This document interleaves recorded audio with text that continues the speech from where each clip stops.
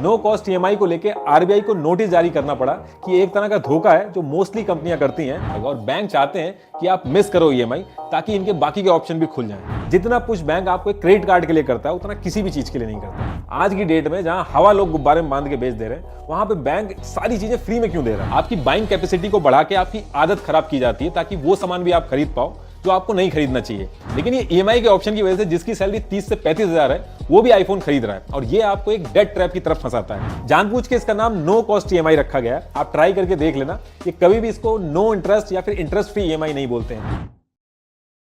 देखिए, बैंक का यूज हम करते हैं पैसा निकालने या फिर जमा करने के लिए या फिर लोन लेने के लिए। अब पैसा निकालने और जमा करने के लिए बार बार बैंक ना आना पड़े इसके लिए बैंक ने डेबिट कार्ड दे रखा है।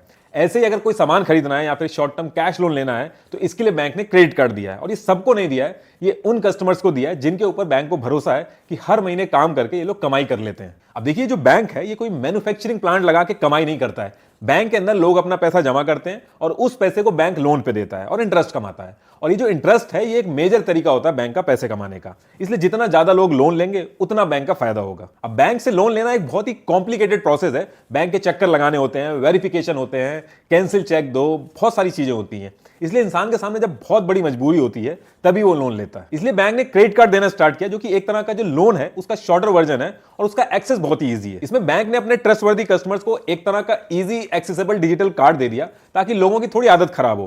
क्योंकि जब कोई क्रेडिट कार्ड लेता है तो उसको ऐसा नहीं लगता कि वो कोई लोन ले रहा है, ये बस ऐसा लगता है कि अगर जरूरत पड़ेगी तो इमरजेंसी के लिए होना चाहिए, तो इसको रख लेते हैं। और जैसे ही वो क्रेडिट कार्ड रखता है तो बैंक इंट्रोड्यूस करता है ऑफर्स, और ऑफर्स भी बहुत इंटरेस्टिंग होते हैं। 50 दिन तक बिना किसी इंटरेस्ट के लोन, और मन करे तो साल 2 साल में ईएमआई कर करके देते रहो।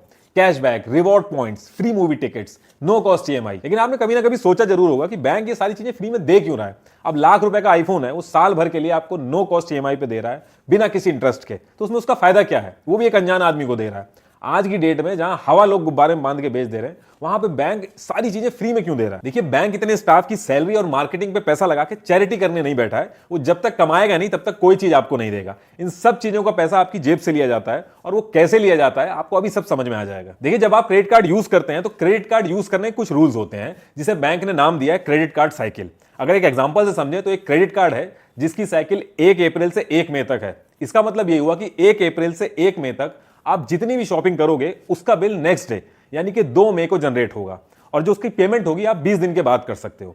इसका मतलब कि 2 अप्रैल को अगर आपने कोई चीज खरीदी है तो 50 दिन तक का टाइम मिलता है आपको पेमेंट करने का। और बैंक आपको इतना टाइम इसलिए देता है क्योंकि ये जो 1 मंथ का टाइम है 1 मई से 1 अप्रैल तक का, इसमें आप क्रेडिट कार्ड का यूज करके ज्यादा से ज्यादा शॉपिंग करें और आपके हर ट्रांजैक्शन से बैंक को फायदा हो। देखिए, सबसे पहला तरीका होता है बैंक का आपसे कमाने का। देखिए, पूरा गेम समझने के लिए आपको एक चीज समझनी होगी, वो है नेटवर्क कंपनी। नेटवर्क कंपनी यानी कि visa, master card, American express, ये सारी नेटवर्क कंपनी होती हैं। और इंडिया की नेटवर्क कंपनी का नाम है रुपे। देखिए, आज से काफी टाइम पहले जब एटीएम नया नया आया था तो जिस बैंक का डेबिट कार्ड होता था आप उस बैंक के एटीएम पे जाके पैसा निकाल सकते थे। अगर आईसीआईसी बैंक का डेबिट कार्ड है तो आप आईसीआईसी बैंक के एटीएम पे जाके ही पैसा निकाल सकते हैं। जबकि एटीएम मशीन और डेबिट कार्ड की जो टेक्नोलॉजी है वो हर बैंक की सेम थी। अगर बैंक चाहते तो एक दूसरे के एटीएम को यूज करने दे सकते थे, लेकिन उसके बाद भी यूज नहीं करने देते थे। और वो इसलिए नहीं करने देते थे क्योंकि उसके लिए कस्टमर की डिटेल्स बैंक को आपस में शेयर करनी पड़ती, और अगर ऐसा होता तो उनके कस्टमर की डिटेल्स उनके कॉम्पिटिटर के पास चली जाती। अब आईसीआईसी बैंक के जो प्रीमियम कस्टमर हैं उनकी डिटेल्स अगर एचडीएफसी के पास चली जाए तो एक तरह का डर है कि कहीं एचडीएफसी उनके प्रीमियम कस्टमर्स को रीच करके कोई अच्छा ऑफर ना दे दे और उनको अपना कस्टमर ना बना ले। पता चले एक एटीएम मशीन को यूज करवाने के चक्कर में दोनों बैंक एक दूसरे के कस्टमर्स को रीच कर रहे हैं। और आप देखोगे कोई भी बिजनेस हो, कोई भी अपने कॉम्पिटिटर को अपने कस्टमर का डेटा नहीं शेयर करेगा। तो जो उनका डर था वो काफी जेन्युइन था। अब यहां पे नेटवर्क कंपनी पिक्चर में आती है, जैसे कि visa, master card, American express, RuPay. इन्होंने कहा कि ऐसे तो हर बैंक का नुकसान है, पूरे इंडिया में मशीन्स बहुत लगानी पड़ेंगी, बहुत सारा पैसा लगाना पड़ेगा और इंफ्रास्ट्रक्चर भी बहुत बड़ा लगाना पड़ेगा। तो आप एक काम ये करो कि कस्टमर की डिटेल्स आप आपस में मत शेयर करो, ये डिटेल्स आप हमें दे दो। जब कोई एटीएम लेके आएगा हम उसकी डिटेल्स खुद वेरीफाई करेंगे, और जैसे डिटेल्स वेरीफाई होंगी आप एक दूसरे को अपने एटीएम में जो ट्रांजैक्शंस हैं वो परफॉर्म करने देना। और रही बात कस्टमर की जो डिटेल्स हैं वो हम किसी से भी शेयर नहीं करेंगे, हम अपने पास एकदम सिक्योर रखेंगे। और इस चीज को हर बैंक ने एक्सेप्ट कर लिया। और तब से कोई भी बैंक का डेबिट कार्ड हो, आप किसी भी बैंक के एटीएम में जाके पैसा निकाल सकते हैं। और सेम इसी तरीके से आपके पास किसी भी बैंक का क्रेडिट कार्ड हो और दुकानदार के पास किसी भी बैंक की मशीन हो, सब में चल जाती है। ये सब होता है वीजा, मास्टर कार्ड, इन सब की वजह से। जितने भी लोग कार्ड यूज करके पैसे का ट्रांजैक्शन करते हैं, सबका डेटा इन नेटवर्क कंपनीज के पास होता है। ये जो वीजा और मास्टर कार्ड है, ये सारी अमेरिकन कंपनी है, लेकिन गवर्नमेंट ने ये रूल लगाया हुआ है कि कंपनीज को इंडिया का सारा डेटा इंडिया के अंदर ही रखना होगा। इसलिए इनके जो डेटा सेंटर होते हैं वो इंडिया के ही अंदर होते हैं। वीजा, मास्टर कार्ड का यूज करके आप ऑल ओवर वर्ल्ड में कहीं भी ट्रांजैक्शन कर सकते हो, और दुनिया का कोई भी बैंक हो वो बस नेटवर्क कंपनी से आपका डेटा वेरीफाई करेगा और ट्रांजैक्शन करने देगा। अब देखिए, जो नेटवर्क कंपनी है इतना कुछ कर रही है, अपना डेटा सेंटर मेंटेन कर रही है, तो ये सब फ्री में तो करेंगे नहीं। हर ट्रांजैक्शन पे एक नेटवर्क कंपनी और बैंक कैसे पैसे कमाता है, ये एक एग्जांपल से समझते हैं। देखिए, जब आप अपना क्रेडिट कार्ड निकालकर कोई सामान खरीदते हो तो हर ट्रांजैक्शन में 4 पार्टी इन्वॉल्व होती हैं: network company, issuer bank, acquiring bank और शॉपकीपर। नेटवर्क कंपनी आपको बता ही दिया है। दूसरा होता है इशुअर बैंक। इशुअर बैंक वो बैंक होता है जिस बैंक का आपके पास क्रेडिट कार्ड होता है। अगर आपके पास एचडीएफसी बैंक का क्रेडिट कार्ड है, इस केस में इशुअर बैंक जो है वो होगा एचडीएफसी बैंक। तीसरा होता है एक्वायरिंग बैंक। दुकानदार जिस बैंक की मशीन यूज करके आपके क्रेडिट कार्ड से पैसा काटता है, उस बैंक को कहते हैं एक्वायरिंग बैंक। अगर दुकानदार के पास आईसीआईसी बैंक की मशीन है, तो उस केस में एक्वायरिंग बैंक जो होगा वो आईसीआईसी बैंक होगा। और चौथा आदमी होता है दुकानदार। अब मान लीजिए आपने 100 रुपए का सामान खरीदा है, उसकी पेमेंट के लिए आपने एचडीएफसी बैंक का क्रेडिट कार्ड निकाला और दुकानदार ने आईसीआईसी बैंक की मशीन में आपका कार्ड लगा के पैसे काट लिए। तो इस केस में एचडीएफसी हो गया इशुअर बैंक और आईसीआईसी हो गया एक्वायरिंग बैंक।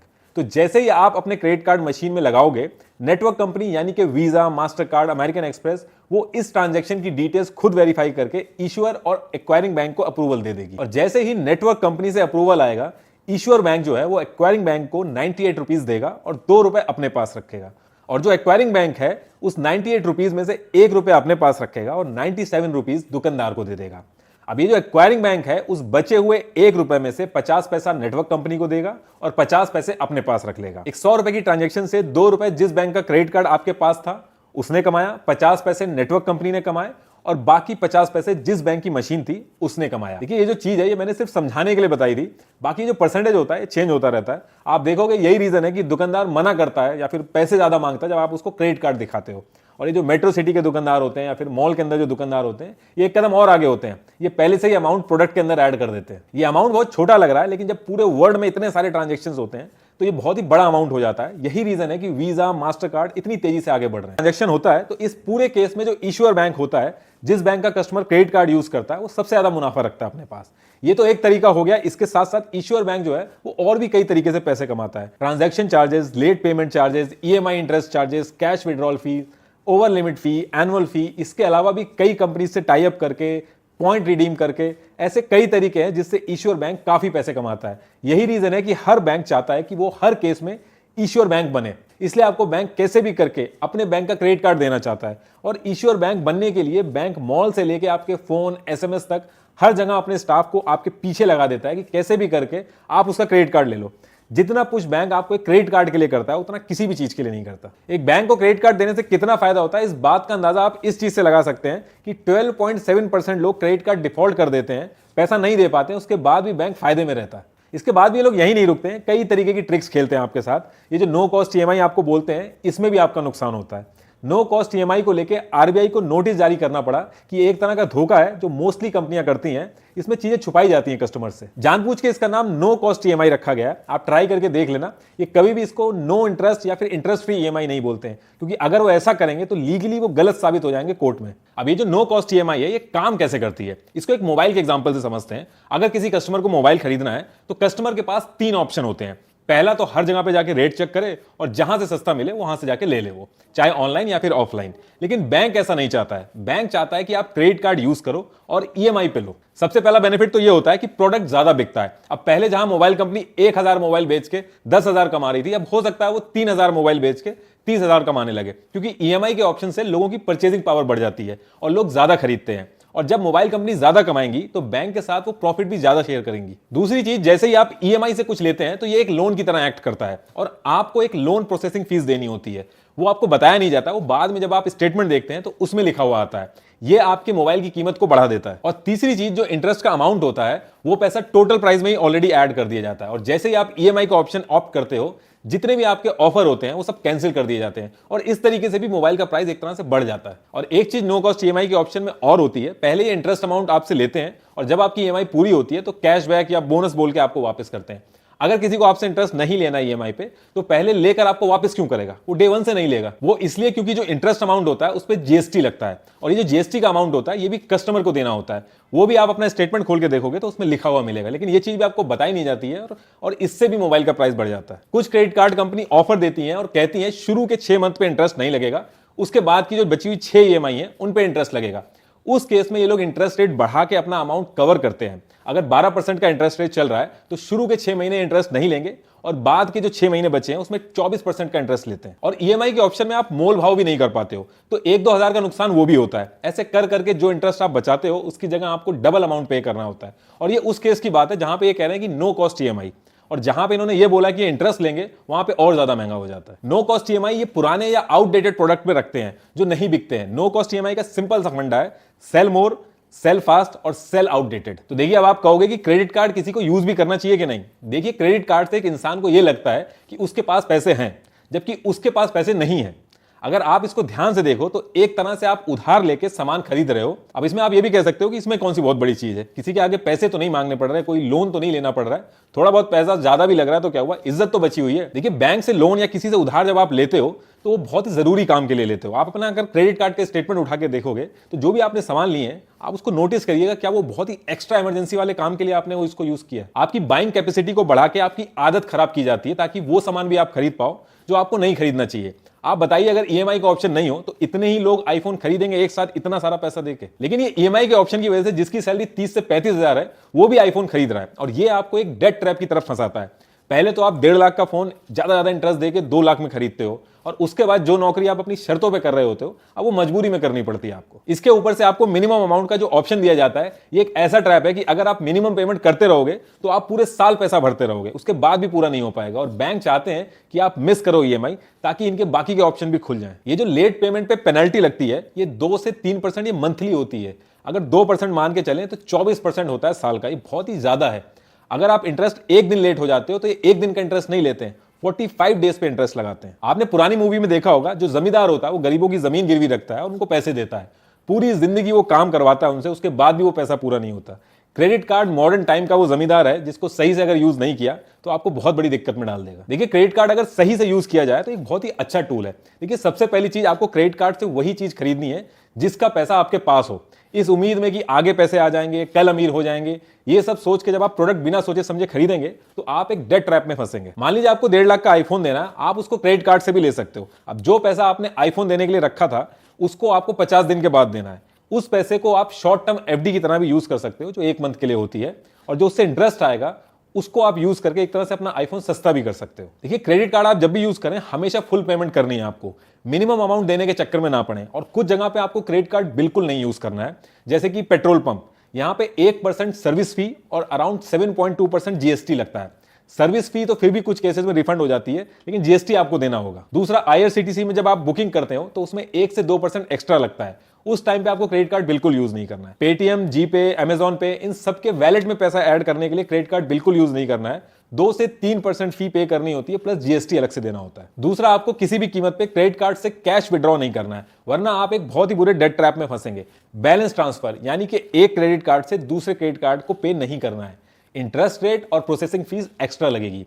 इंश्योरेंस या फिर जो एलआईसी के प्रीमियम होते हैं इसको भरने के लिए क्रेडिट कार्ड बिल्कुल यूज नहीं करना। 1 से 1.5% एक्स्ट्रा लगता है इसमें। क्रेडिट कार्ड का जो बिल जनरेट होता है उसको कैश या फिर चेक से भी नहीं भरना चाहिए, उसमें भी एक्स्ट्रा चार्जेस देने होते हैं 300 से 500 तक। और जब आप क्रेडिट कार्ड ले रहे हैं तो उस समय भी आपको ध्यान रखना है, पहली चीज आपको यह देखनी कि आपके टाइप का क्रेडिट कार्ड हो।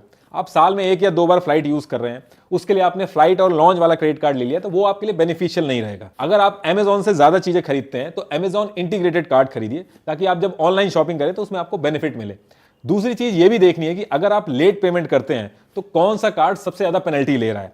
आपको इंटरेस्ट रेट भी कंपेयर करने हैं, और ये जो क्रेडिट कार्ड की एनुअल फी होती है ये भी आपको कंपेयर करनी है, या तो एकदम कम हो या फिर हो ही ना। और कुछ लोग ये भी कहते हैं कि ये फ्री कार्ड है जिसमें पहले साल तो फीस नहीं लगती है, लेकिन उसके बाद अगर आप देखोगे तो वो चार्ज करना शुरू कर देते हैं। तो ये चीज भी आपको कंफर्म करनी है। और किस बैंक का कार्ड लेना, ये आप ऑनलाइन अमेजॉन या फ्लिपकार्ट पे जाके 20-30 प्रोडक्ट्स को रिव्यू कर सकते हैं कि कौन से बैंक का कार्ड ज्यादा ऑफर दे रहा है। अब जो लोग क्रेडिट कार्ड के ट्रैप में ऑलरेडी फंस गए और हर महीने मिनिमम पेमेंट देके अपना काम चला रहे हैं, देखिए मिनिमम पेमेंट देके आपका क्रेडिट कार्ड कभी खत्म नहीं होगा। आप पैसे देते रहेंगे लेकिन वो कभी खत्म नहीं होगा, क्योंकि इस पे जो इंटरेस्ट लगता है बहुत ज्यादा लगता है, वो 36% के करीब लगता है पूरे साल का। इससे अगर आपको छुटकारा पाना है तो सिर्फ एक ही तरीका है, या तो आप अपने किसी यार दोस्त से पैसा उधार लें और इसको पूरा करें, या फिर लोन उठाएं, पर्सनल लोन उठाएं, उससे पूरा करें। क्योंकि जो पर्सनल लोन होता है वो 14 से 15% पे मिलेगा, जो कि 30% से काफी कम होता है। एटलीस्ट जिस टाइम के लिए आपने पर्सनल लोन लिया उसमें खत्म तो हो जाएगा, क्योंकि मिनिमम पेमेंट अगर आप देंगे तो उससे खत्म नहीं होगा। आपके पास कोई भी लोन हो, चाहे कार लोन हो, होम लोन हो, पर्सनल लोन हो, ये चीज याद रखिएगा कि क्रेडिट कार्ड जो है वो आपको सबसे पहले खत्म करना है, क्योंकि उस पे जो इंटरेस्ट लगता है वो बहुत ज्यादा लगता है। और before ending the video, description link से IND मनी ऐप पर साइन अप करके अपने free US Apple stocks claim करना मत भूलिएगा। IND मनी ऐप एकदम सेफ ऐप है और इसे 5 मिलियन से ज्यादा इंडियंस ऑलरेडी यूज कर रहे हैं।